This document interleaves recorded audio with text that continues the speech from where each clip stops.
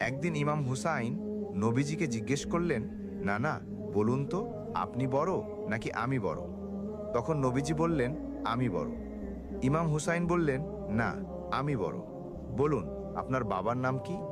আল্লাহর রাসূল বললেন, আব্দুল্লাহ। ইমাম হুসাইন বললেন, এই তো, আমার বাবার মতো বাবা কি আপনার আছে? সমস্ত কাফেরদের জন্য সিংহ পুরুষ।